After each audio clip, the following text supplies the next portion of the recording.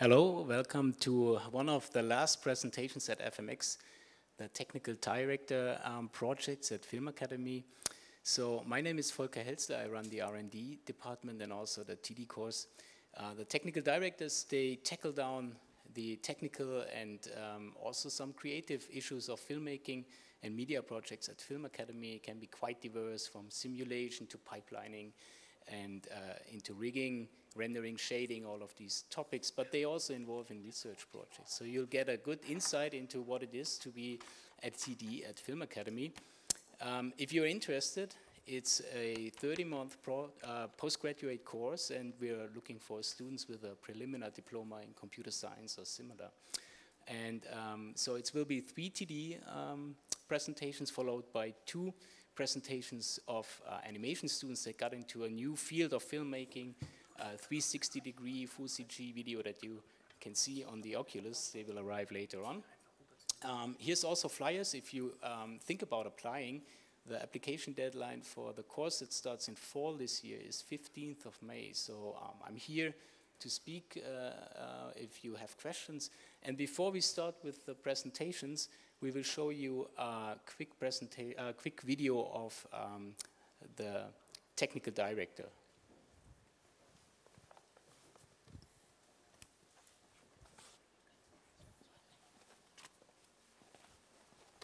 In the beginning, there's just an idea. And by training your skills and talking to so many other talented people, you improve the idea and it becomes greater.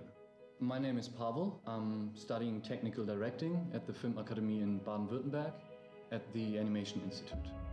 What I like mostly about it is that I've got the opportunity to basically create out of nothing. Sometimes you really talk a lot, but then you've got the possibility to sit down and start developing a script and, yeah, just getting deeper into the software. There's always this point where magic is happening, and these numbers and codes you're working at, they become forms and shapes, and you get fascinated by your own creation. I mean, don't get me wrong, it's hard work, it's really hard work. All those forms and shapes, they just turn into numbers again. In the end, you become more than an artist. You become a creator. You sit there and you've got all these numbers. You're looking into them. More than it's the basic pattern which holds the universe, and it's your universe. You created it. You are the creator. You understand it. Looking into a basic pattern which holds the whole. You are the creator. Creator universe. You are the creator. You.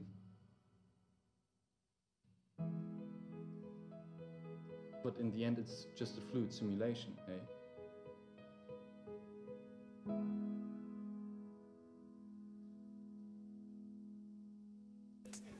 That's more of a promotion video, so not everything is like you saw, but some aspects are like that. So please welcome with me the TD students and our first presenter, Vincent Ullmann.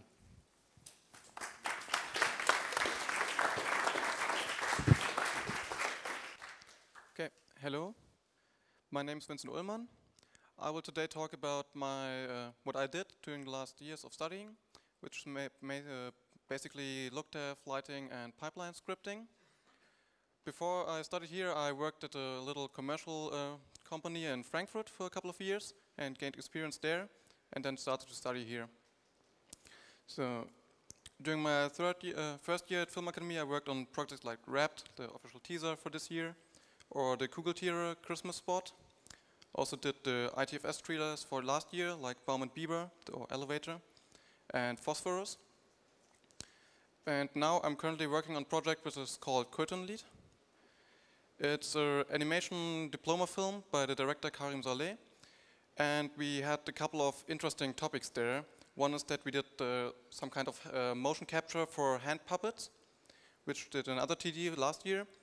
And I was mainly involved in some photo scan workflow we developed to capture real miniature build sets, which are built on a little scale, and then we scanned them and used them for our set building to get a nice look and feel to the whole thing. I will quickly walk you through the process we did. So as said, first we built all these models in miniature scale. Then we put them on a little turntable, like so. And I built a little device the Arduino board and this little servo motor to spin the turntable and automatically take photos. So we had a Canon 5D connected to the whole setup, which was automatically triggered at the specific points. Here comes a little video.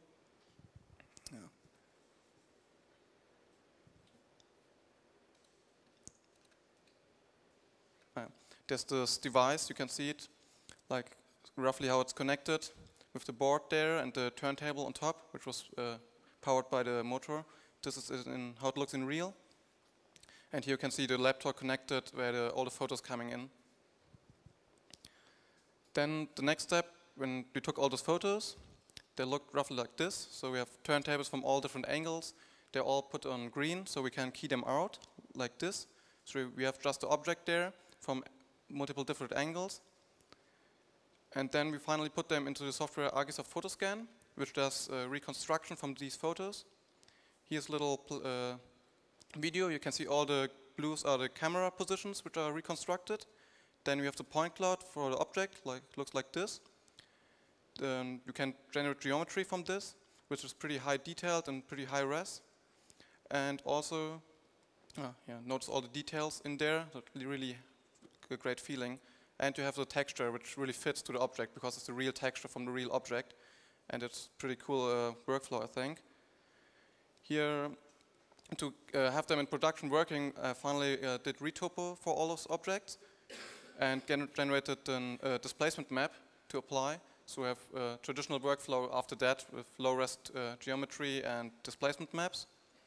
Also texture maps, which are then projected in the right UV space.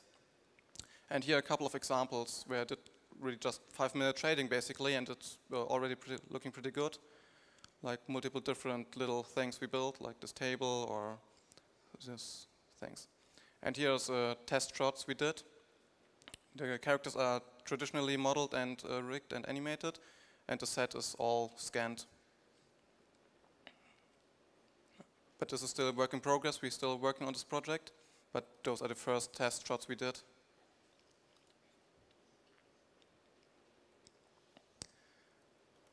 Okay, another project I worked on is Jagon.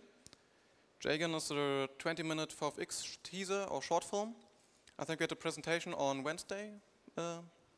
In total, we did 81 shots, 81 FMX shots. It was a co-production with the SWR.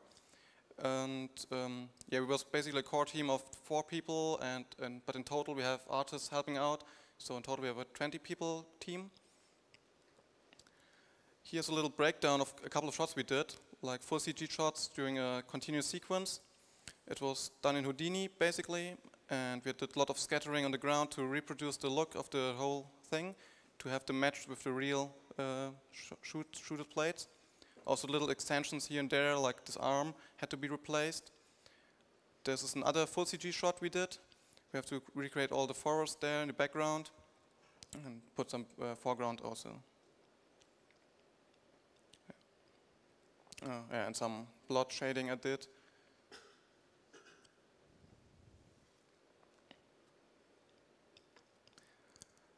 Then for another shot during this project, we had to create a whole forest and a really good-looking forest from above. And I developed a little workflow there to just have one needle, basically, and have some branches, and then copy all the needles along the branches to create a tree. Then we have this tree. And then we take a point cloud and copy the trees around the point cloud to have a forest. But this is a typical layered instancing process. But then we had the problem that we wanted to have these trees animated. And when you have animated different trees, we ended up with over 500 different individual models of trees, which is pretty expensive. So we can't instance them in a normal way. So what we did there, we exported all to AS files, the internal format for Arnold, the renderer, and put like little paths to the AS files on the point cloud. So each point on the point cloud has an attribute pointing to this file on disk. Then I had the possibility to do a little modification to the Arnold plugin for Houdini because it's written in Python. So I ended up doing a little modification there to support the reading on render time from disk. It's basically a feature which is implemented in Mantra already, but Arnold doesn't support it by default, so I had to implement it. Yeah, and this is the final shot then, and you barely see those little movements on the threes in the front, but really adds to the whole feeling of the shot. It was really necessary there. And here's the final shot with some additional camera movement and this guy in the front. So next I will talk a bit about the pipeline tools I developed during those projects and a couple of others.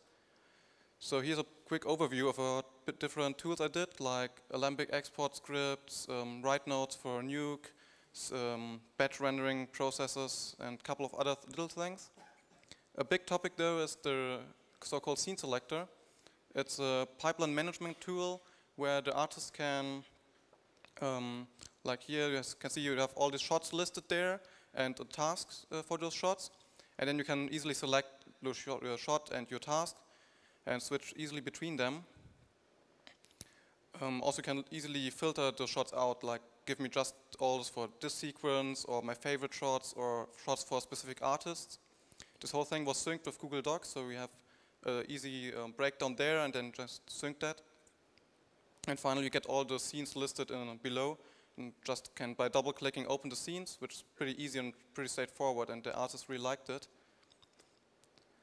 Also, yeah, I implemented little status fields, so we have little overview how the process is, and just can like untouched, in progress, or done. And also during right click you can easily access all the render passes or comp outputs to compare them, which is pretty useful because you can just go there and version 15, version 16, just open RV and compare them, and it was really helpful to speed up the whole process and manage the whole production. And finally next year, or I already started a bit on doing another modification for Houdini and Arnold, because I'm doing right now it's mostly the case that you have animation done in Maya and you export Alembic files from those, and then you open these Alembic files again in Houdini to light and render them. And sometimes it's pretty time consuming if you have lots of characters and lots of geometry.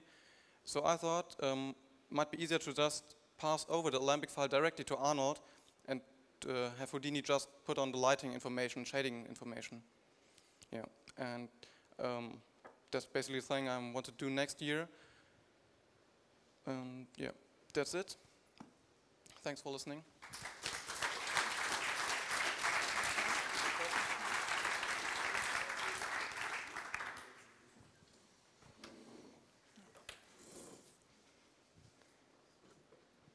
Hi, my name is Hannah, and I'm also studying technical directing in my fourth year now.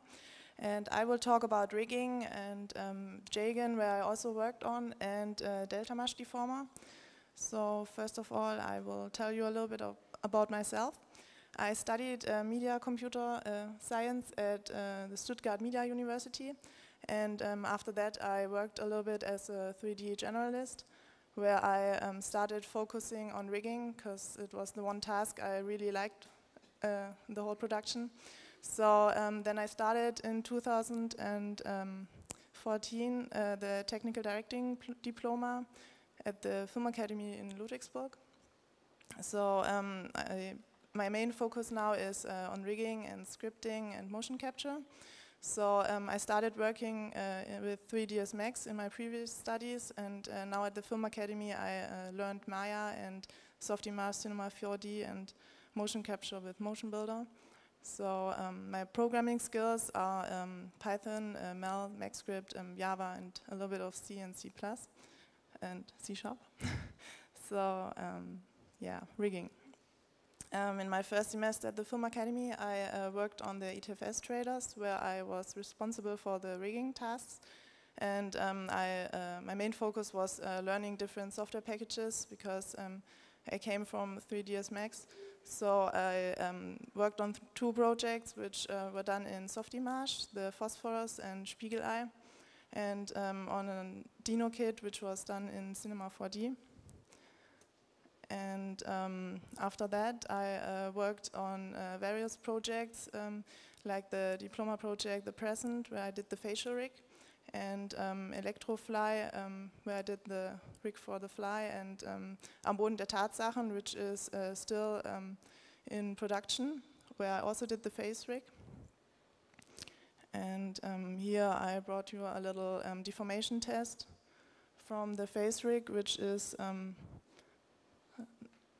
now work in progress a little. It's a little older, the screenshot. So you can see various expressions which will be necessary for the film, and the tentacles. For example, I have IK, FK, and also dynamics, and basically the eyebrows and the mouth are mainly blend shapes with additional controls for direct deformations. So another project I worked on the last semester was Skål, which you might have seen the presentation on Wednesday. And it's a full CG film with 3 main characters, where I was responsible for the rigging and the face rigging mainly. So they were, they all had basically the main one setup that the animators could fast switch between them because they got to know one and knew how the others work. And they were asymmetric, so it was a little more work to mirror all the blend shapes and skin stuff.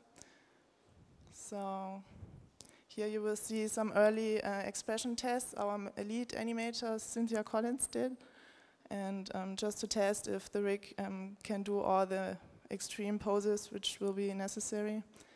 Because after that they got fur, so it was important that the expressions are a little bit over extreme, that it still will work with fur on them. So here you can see a little extract from the diploma film. It's still work in progress, so this is just a render edit where without any comp or a final cut. So you can see the interactions were very important with the table and also each other, and especially the fur with the claws. So there shouldn't be any intersections. And so another thing I worked on were some scripts for the productions. So there was one script, the parent space switch, which we used for the tankard, that the characters could fast switch the tankards without any jumps, and the animators just had to select which character they want to animate, and then left hand, right hand, the basic stuff, and then switch it without any jumps. And another thing was for the fly from Electrofly, I decided to use a little auto rigger for the legs, that I don't have to rig all of them by hand. And I worked on an eye setup, which allowed me to fast rig all the 3 characters from Helga, because I used it all at all of them. So here you can see a little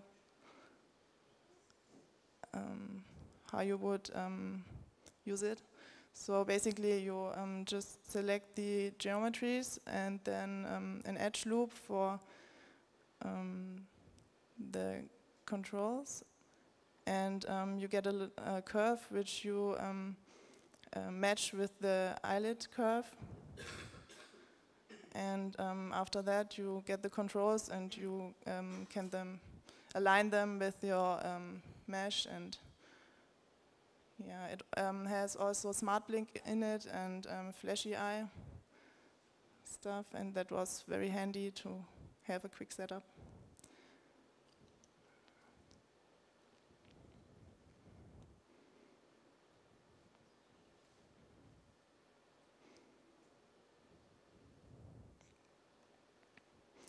So another project I worked on was Jagon, which you saw earlier.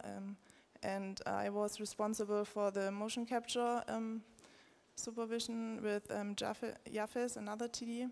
And basically it was important to have a nice previs for the whole VFX shoot on set, because it was a long camera movement with 3 real shots and 3 CG shots, and it was important that they have seamless transitions So we used a previs in motion capture to plan the camera movement and the fighting scene from the 3 martial artists. So our workflow was basically an volume with the OptiTrack motion capture system and the artist which created different styles of fighting, and the director who was deciding which one he wants to use for the final shoot. So challenges were that the 3 actors were fighting, and it were fast movements, and the markers kind of got exchanged a lot, and they were touching each other, and also props which were flying around, but it all worked pretty well. So one day later we combined the previously captured motion capture from the artist with the virtual camera setup. So the director could see the whole fight and decide which camera angle would work best, and to get the interaction between camera framing and performances. So the virtual camera system has different interfaces to program additional functionalities, like to simulate crane shots or dolly shots, and also playback the animation. Here you see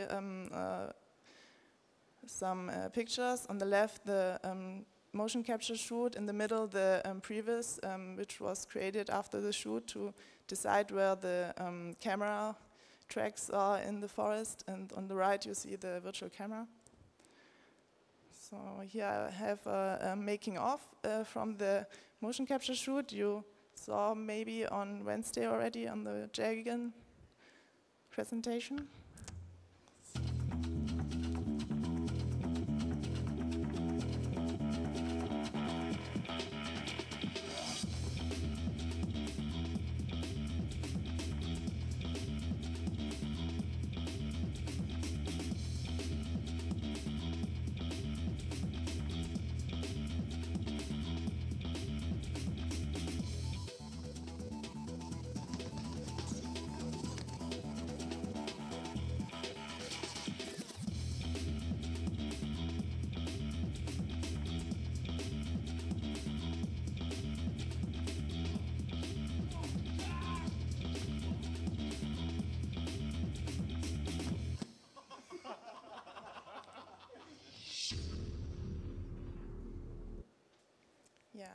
So another project I'm working on is the Delta Mush Deformer. You might have heard from already. Last year it was presented at the SIGGRAPH, and afterwards it was a big hype, and everybody or a few people tried to implement it. And because I'm focused on rigging, I also want to implement it in Maya using the GPU for parallel computations to have it really fast results. And that's it from me. Thank you.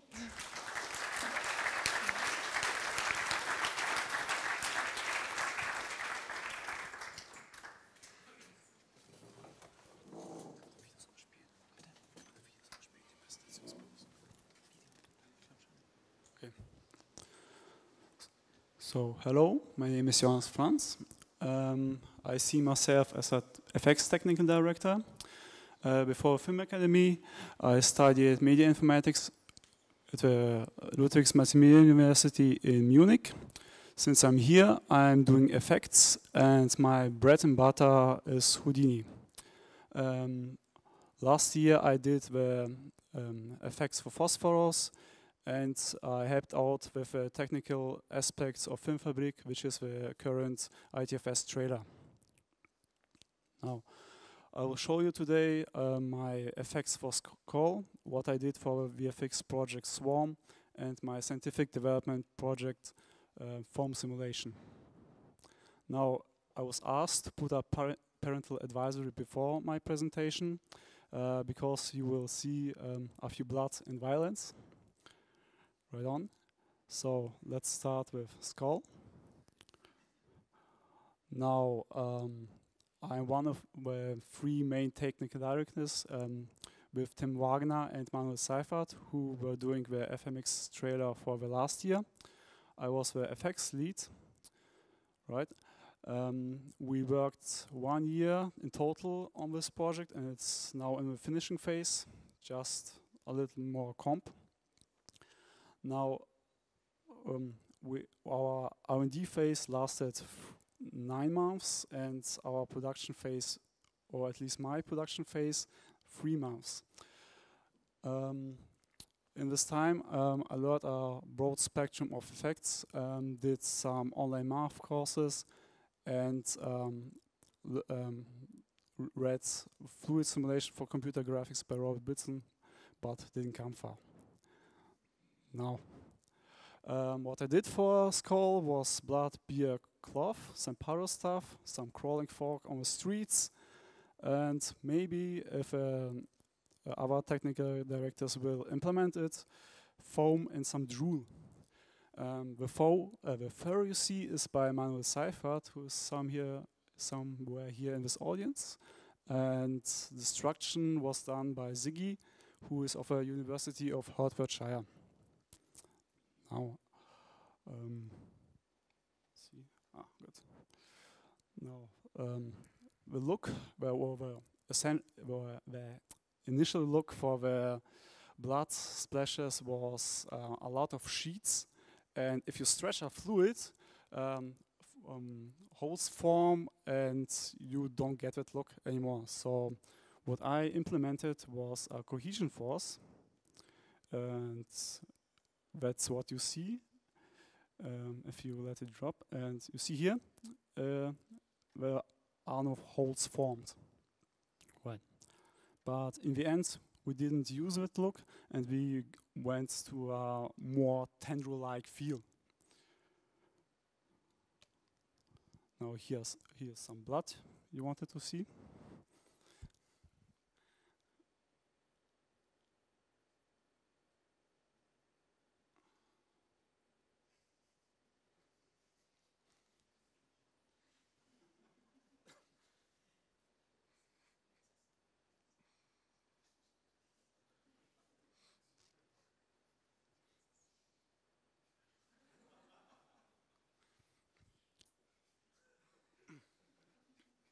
Yeah.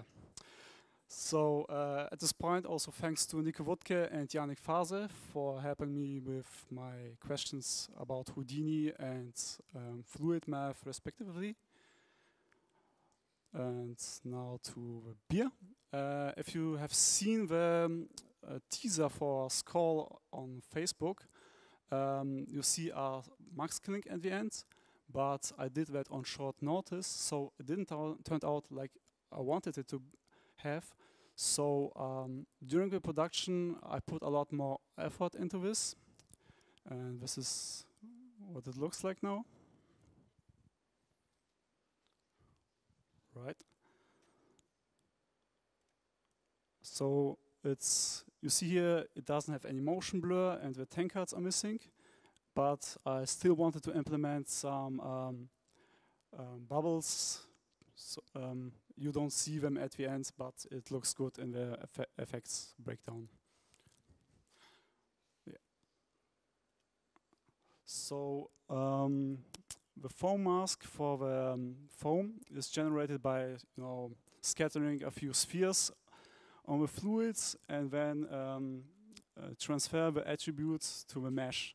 So and then you smooth it and you get a nice foam mask. Right. Now to cloth. We posted at the beginning of a production a thread into Odd Force, and some guy called Damian Kurbowski wanted to help us, and he did some effects work on the Book of Life, and he mentored me in the cloth workflow he did. So we had 3 characters, and I did 3 cloth HTAs. So on where best case would be if 1 button press, it would simulate the whole scene. But you normally get shot-based problems and have to do those shot-based constraints. So for Snorri and Ulfbert, we had a layered cloth sim. You could do some shot-based pre and post sim fixes, and you know, sometimes you get this really high frequency jittering, and I applied a post sim filter after the simulation so it'd be really smooth. Yeah. So before Skål, I did VFX for the Swarm, which is now called The Fantastic Love of Bieber and Flower Girl. I did the pipeline, the simulation of a flock, the shading, the lighting, and the rendering. For the pipeline, it was all in Houdini Mantra, like Skål. I did a flower field HtoA. I didn't use the native instancing for flowers, but used the packed primitive workflow, because then you can also use the packed primitive ID for more variation in the shading. And I did an automized rendering HtoA, right, which sets your paths all automatically. Now for flock simulation, I had 3 swarm shots. I did it all with a pop solver in Houdini and the flock operator. And I used some guide curves for art directable control. And here are some impressions.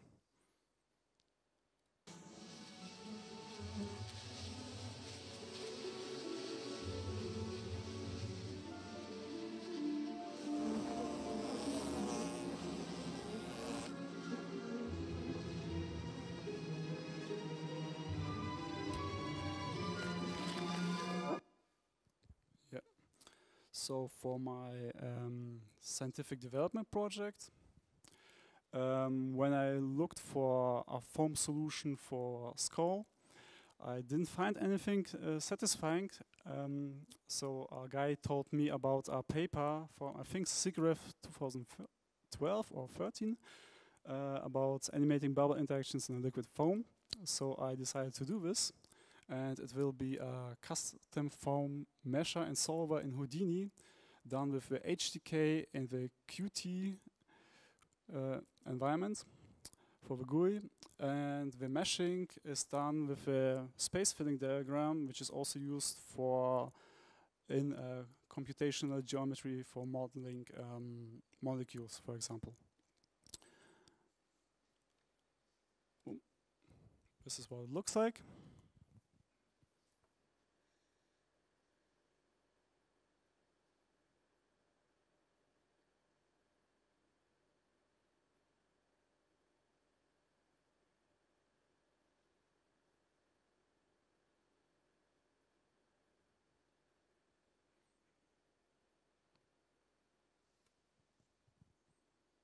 Yep, so this is what I'll be doing in the next semester.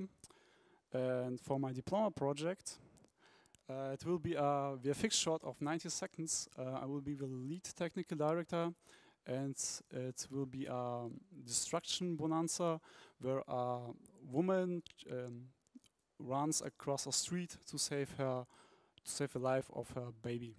So yeah, that's it for me. Thank you.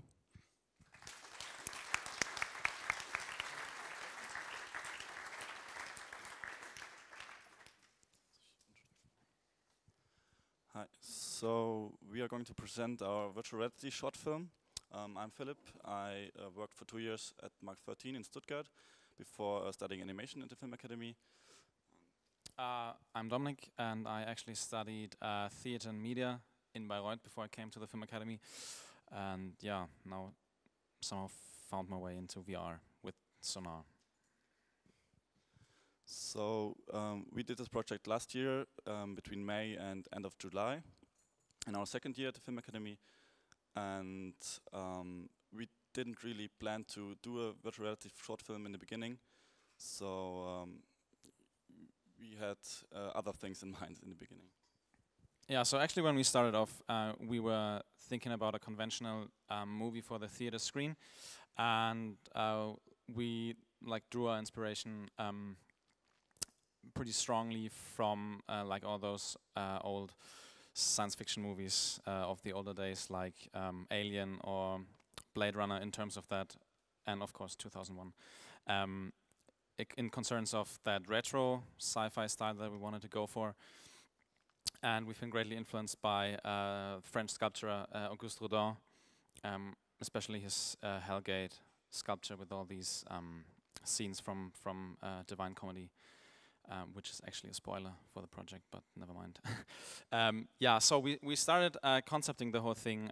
Like traditionally, we did the layout for an ordinary movie, but as we progressed in pre-production, we started realizing that actually the whole theme of the movie would be perfect to try to turn it all into a virtual reality experience.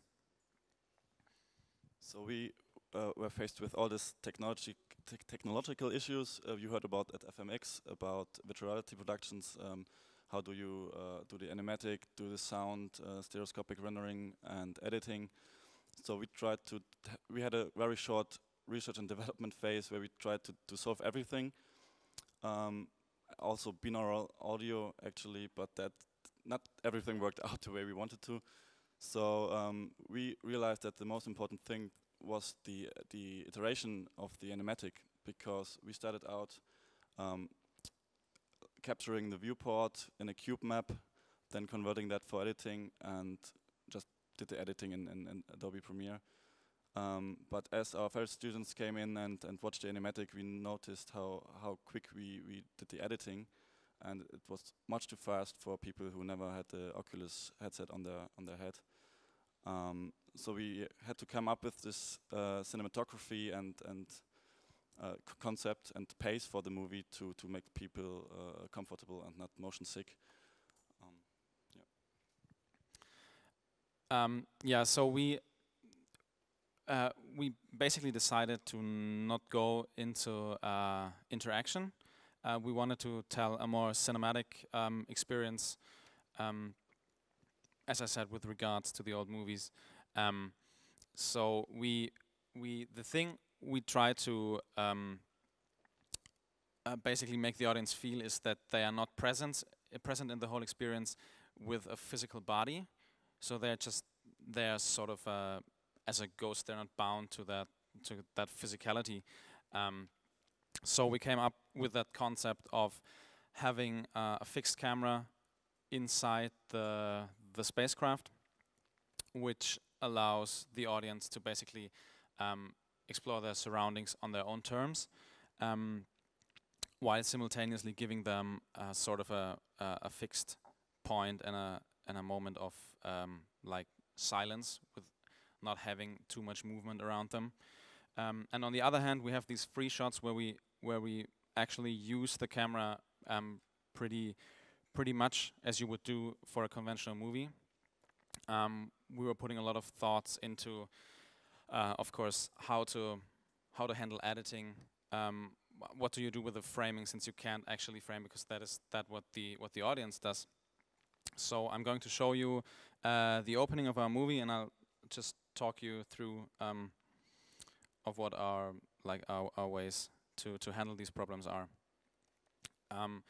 So as I said, we wanted to give the audience that feeling of not having a body, so we decided to start with basically flying through the whole spaceship, and even flying through the windshield, so that this notion of physicality, I have an actual body and this is a realistic thing that is going to happen, would not occur at any time.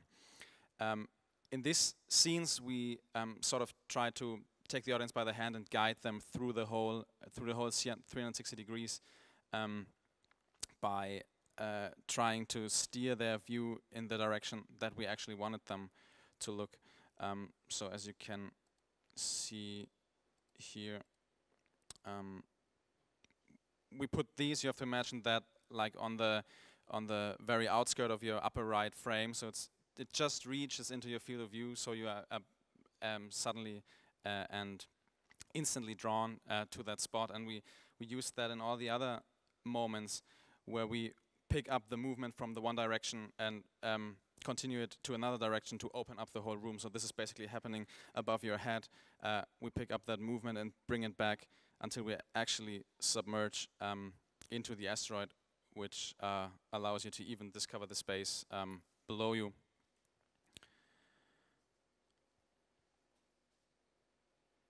And then you have the title.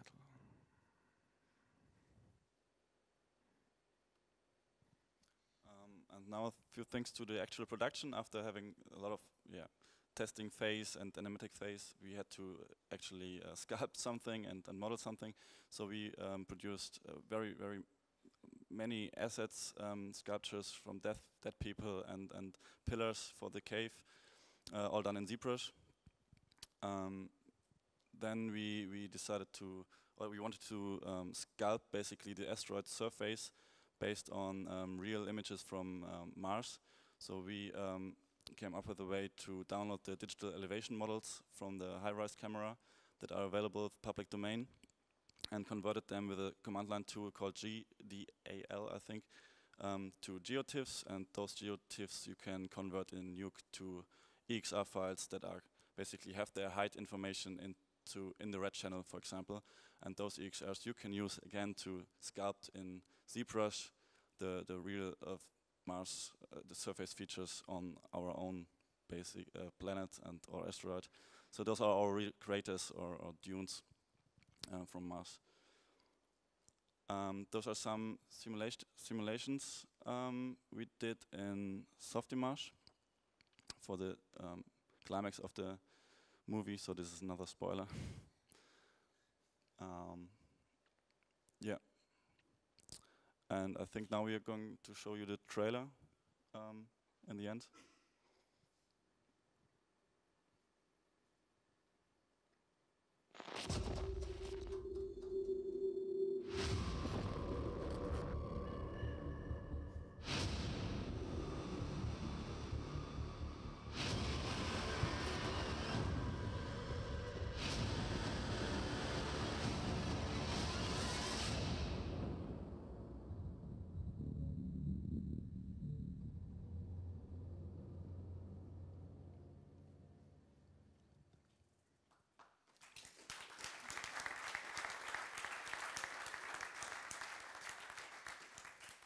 Actually, that coming soon is a bit outdated. The movie is already released on our website. You can just download it and basically watch it with any kind of head-mounted device. And if you're interested, we're situated at the moment in on the VR gallery in Listsaal, which is the marketplace.